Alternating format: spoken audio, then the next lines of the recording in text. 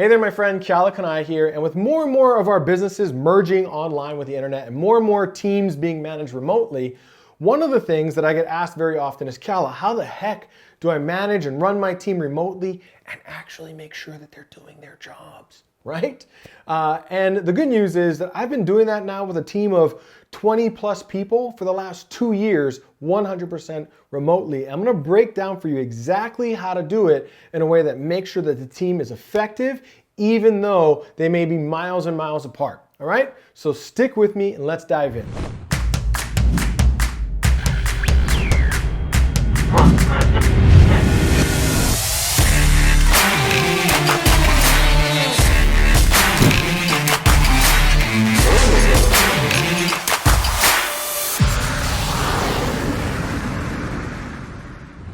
All right, so one of the problems that a lot of us face as business owners, as the internet becomes more and more prominent, is that, well, we kind of are still stuck with old school frameworks, right? That old school framework being, well, in order to manage my team, I've got to manage their time. But managing their time is really kind of the slave driver's approach to managing the team's effectiveness. Instead, it's not about managing the time, it's about managing their activity. And then measuring that that activity was done through numbers, right? So I manage my team remotely through a set of numbers, or what you might call KPI, key performance indicators. And this is why on my team, I don't care if somebody puts in 200 hours a week or 2 hours a week. Makes no difference as long as they hit the key numbers in the business. As long as those numbers are hit, the company is profitable. So as an example, in my marketing team, right, we have, numbers like leads per day. Right? We have sales per day is another number that we might look at. Inside of my sales team, I look at average appointment value. So when somebody books an appointment for a sales call with us, what is every appointment worth, right?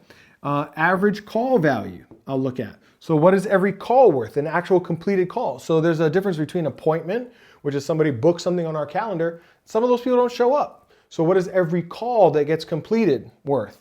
Right? And then as kind of a deeper metric, I'll even look at that performance for every single salesperson on the team, right? So it's not just the entire sales department at the highest level, but each individual on the team. What is every appointment worth when I put it on this person's calendar versus this person's calendar? And what is every call worth that gets completed? We'll also look at appointment to call ratio, right? Or what we call the completed call ratio. In other words, what percentage of the appointments that go on the calendar are actually turned into a completed phone call? And then again, we will measure that for every person as well, because every person on the team is accountable for making sure that that client that booked an appointment actually gets on the phone with us, right? So these are some metrics that we'll look at in sales. In operations or customer support, I'll look at average ticket response times, okay?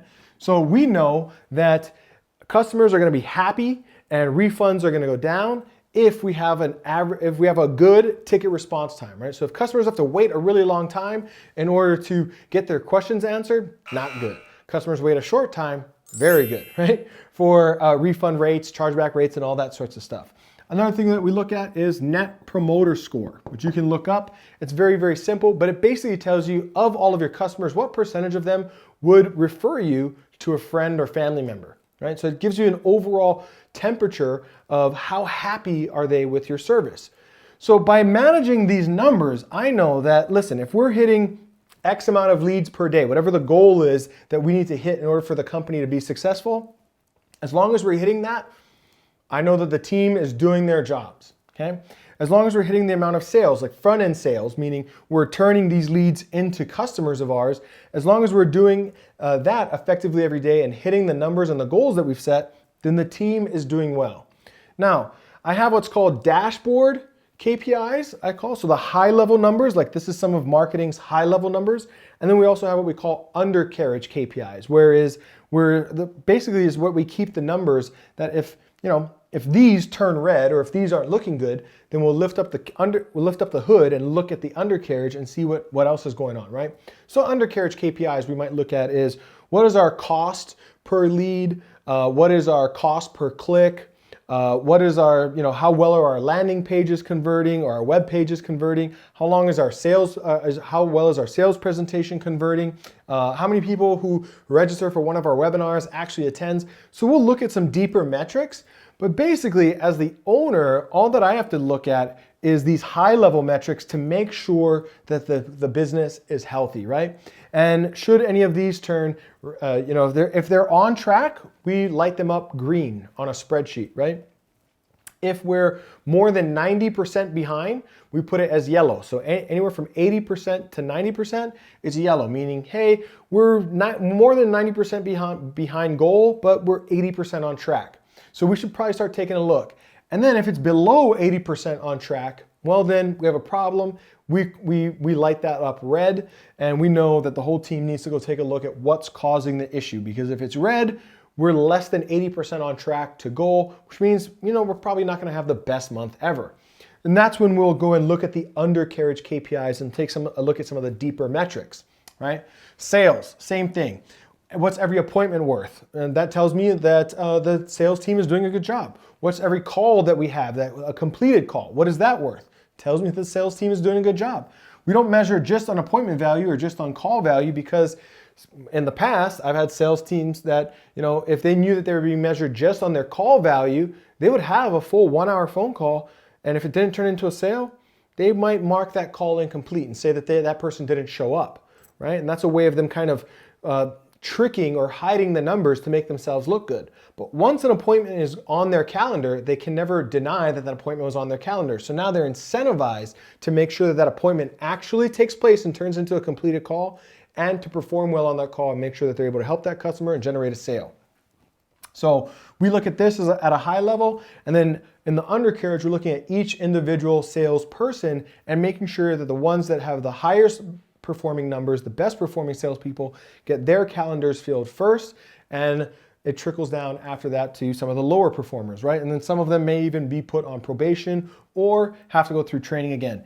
And then in operations, once the sale is made, we're just making sure that, hey, what is our average ticket response time when a customer asks for help? And what's the net promoter score? Well, let's review our customers and see how happy are they with us? Would they refer us to a friend or family member? And are we keeping that number up above goal? So what I found is, as long as we're doing this, again, it doesn't matter that any one team member puts in 10 hours or 100 hours or 2 hours or any of that, as long as the numbers are hit. Now, of course, this isn't all the numbers, but these are some of the major ones in the business. So hopefully you begin to understand how this is actually a more effective way of managing the team, so that every person on your team has numbers that they're accountable to hitting, right? My media buyer knows that he has to generate X amount of leads every day.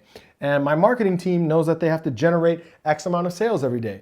My sales manager, sales director knows that they have to maintain an average appointment value across all of their sales reps, and an average call value, right? And the operations understands that they have to maintain an average ticket response time that we've set, and a net promoter score that we've set, right? So as long as these numbers are green, I know that the team's doing the job. And I get it, like, they can have a life too, right?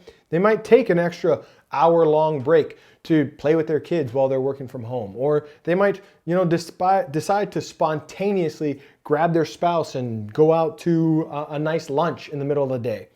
Oh well, no problem. As long as the company stays healthy, I'm happy to provide them a workplace where they have the freedom and flexibility to do those things. And here's the thing, that actually makes for happier team members. And what's the number one thing that leads to happy customers? Happy team members, right? So this is good for morale, it's good for culture, it makes folks happy, and we still get to maximize the production out of every member on the team. So I hope that you got value out of this. Somewhere around this video, you'll see, you can subscribe, you can drop a comment, let me know your thoughts, subscribe to the channel, make sure that you turn on the notifications. Let us know if there's other questions that I could answer for you, or things that have tripped you up in the past that maybe I can do a video about. Love the commentary, love the engagement, and I look forward to seeing you in the future, my friend. Take care.